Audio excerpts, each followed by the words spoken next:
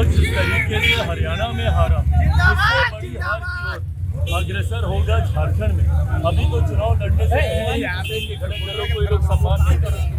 राजद को जिस तरीके से साइडलाइन किया गया, खुलकर ये लोग एक दूसरे के ऊपर आरोप प्रत्यारोप ये लोग लगा रहे हैं। तो जो लोग गठबंधन में सीट बंटवारे में ही एक दूसरे का सम्मान नहीं कर रहे, तो ऐसे में चुनाव में कैसे अपने वोटर्स को कन्विंस करेंगे एक दूसरे के पक्ष में मतदान करने के लिए। तो मैं मानता हूँ कि इंडी अलायंस तथाकथित एक बड़ी हार की ओर अग्रसर हो रहा और एनडीए मजबूत सरकार पुनः झारखंड में बनाने जा रही है। हेमंत जी की सरकार देख लिया, झारखंड के लोग को शर्मसार होना पड़ा कि उनका मुख्यमंत्री भ्रष्टाचार के आरोपों में जेल में। तो ऐसे में एक मजबूत आज लोक जनशक्ति पार्टी रामविलास की प्रदेश स्तरीय ये बैठक थी।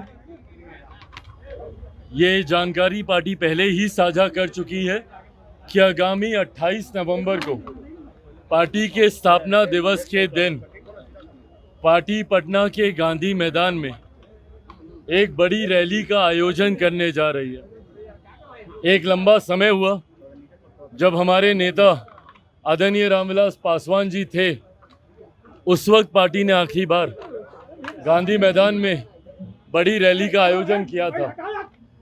उसके बाद इस बार हम लोग ये आयोजन करने जा रहे हैं। चुनावी वर्ष भी है, अगले साल लगभग इस समय तक संभवतः नई सरकार का गठन हो गया होगा। ऐसे में गांधी मैदान से चुनावी शंखनाद की भी ये शुरुआत होगी। गांधी मैदान की रैली के बाद लोक जनशक्ति पार्टी रामविलास पूरी तरीके से चुनावी मोड में आ जाएगी। प्रत्याशियों के चयन की, सीटों के चयन की ये तमाम प्रक्रियाएं इस रैली के बाद शुरू हो जाएंगी। रैली की तैयारियों में क्या क्या प्राथमिकताएं हैं, आने वाले साल में पार्टी की क्या रणनीति रहेगी, इन तमाम विषयों को लेकर चर्चा हुई। अभी ये चर्चा चलेगी।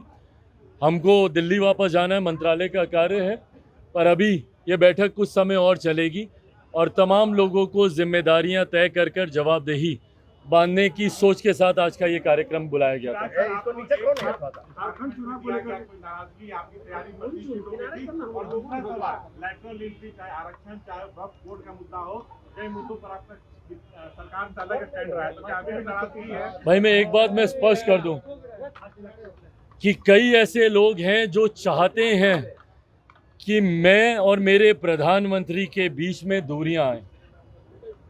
मैं बहुत स्पष्ट तौर से कहना चाहता हूं कि उनका ये सपना कभी पूरा नहीं होगा। मैं मेरे प्रधानमंत्री से किसी भी तरीके के विवाद में जाऊं, ये संभव ही नहीं। मैं भी कई जगह देखता हूं कि झारखंड को लेकर एक सीट दी तो चिराग पासवान नाराज हैं। मैं, मेरी पार्टी ना सिर्फ खुश बल्कि पूरी संतुष्ट है कि भारतीय जनता पार्टी ने एक दूसरे राज्य में भी लोक जनशक्ति पार्टी रामविलास को वही सम्मान देने का काम किया जो सम्मान वो हमारे नेता आदरणीय रामविलास पासवान जी के रहते हुए देती थी। उन्होंने बल्कि इस बार तो और सम्मान को बढ़ाने का काम किया गया।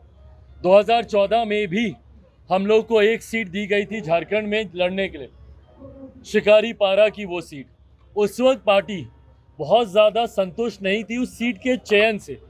इस बार मुझे खुशी इस बात की है कि जो सीटें हम लोगों ने चुनी थी उसी में से हम चाहते थे कि हम लोगों को गठबंधन के तहत लड़ने का मौका दिया जाए। उस लिस्ट ऑफ सीट में से ही हम लोग